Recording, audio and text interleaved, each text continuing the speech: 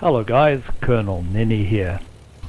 This is the third in the series on how to fly in IL-2's flying Circus. In the first video, we learned how to start the engine, taxi and take off. In the second video, we learned how to control our airspeed and climb and descend and turn. In this, the third video, we're going to learn about aerodrome protocols, approaches and landings. This will help you to understand how to avoid the tents that people seem to put in the middle of your airfield. Let's begin with aerodromes and aerodrome protocols. First question, what is an aerodrome? Well, back in World War I, it was basically a farmer's field without the cows. Hence the name airfield.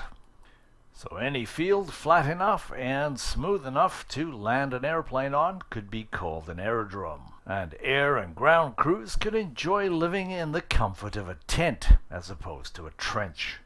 So on Flying Circus, aerodromes look like this. There's a landing area that we'll call a runway, and a windsock which tells us which direction the wind is blowing from. And generally aircraft take off and land into the wind.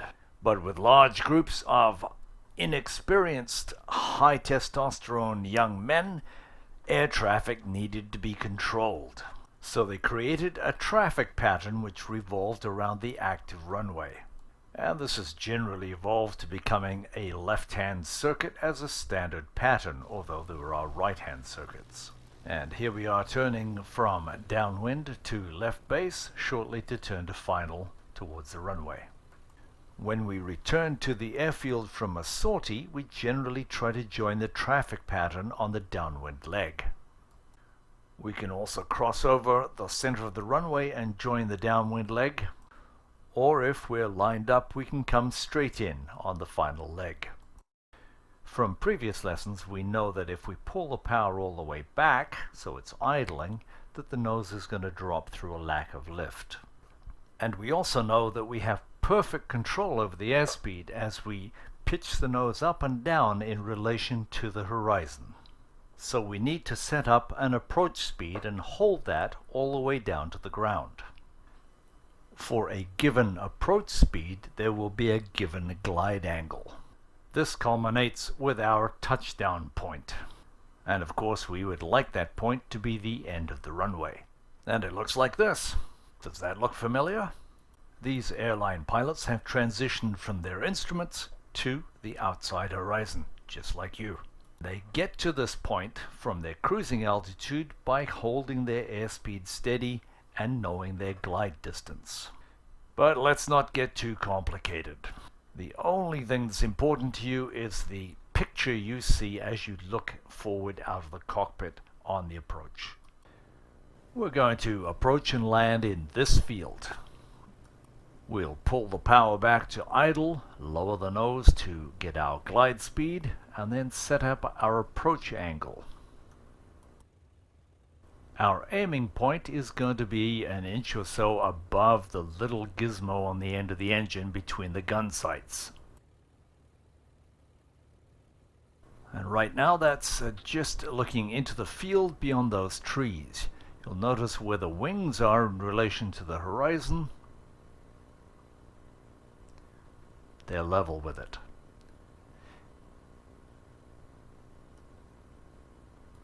If we keep everything constant, we know that we're going to cross over those trees into the open area of the field. There's no change in the pitch, therefore the speed is constant. We're coming to our aiming point by the buildings, then we're going to fly level once we get close to the ground.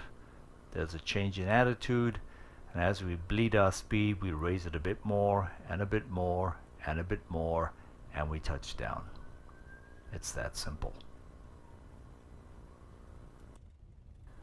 Let's watch that again. Pick that aiming point. Wings are level, the pitch is level, the speed is constant, everything's perfect. We can see now as we're coming down to the aiming point, we fly it level by raising the nose very slightly, bleeds off the speed, we raise it some more, we raise it a little more, and we touch down. On this next one, we're going to pull the power back and set up an approach. First of all, getting the speed set. An inch or two above there takes us to that single tree, and that's going to be our aiming point. Speed is constant. You can see there's no change in the position of that tree in relation to the end of the knob.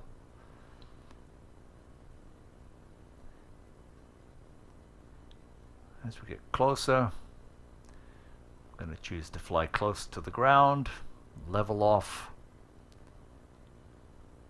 bleed the speed back, a bit more, and touch down.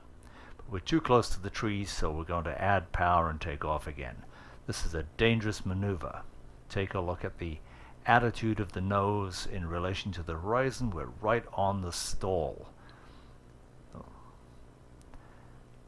That was rather reckless. You can see in both examples how by holding the attitude steady and maintaining the airspeed, our aiming point is precise. And all you need to do now is to fly it level by raising the nose slightly to bleed the speed, and a bit more, and you touch down. So when you practice, don't do what I did and choose a short airfield with trees at the end. And if you review the previous clip, you'll see that when I raised the nose to climb over the trees, I never raised it above this point. If I had, I would have stalled the aircraft and had no room to recover, and died. So I have a final question for you. What would be the difference in landing with this attitude compared to this attitude? The answer is touching down like this will give you a perfect landing,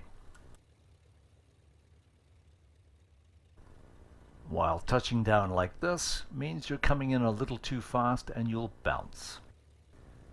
Alright, so to recap, we've looked at aerodromes and aerodrome protocols, we've looked at approaches and landings, and some theory. All that remains now is for you to get out there and practice. And in lesson 4, we'll look at doing some more advanced flight maneuvers so you get comfortable with flying the airplane. If you've enjoyed this video and get some value out of it, please leave a comment and subscribe and like and all those usual things. But if you want to see more of these videos, specifically with the IL-2 Battle of Stalingrad, we've got about 150 training videos for you to look at. So thanks for watching, guys. We'll see you next time.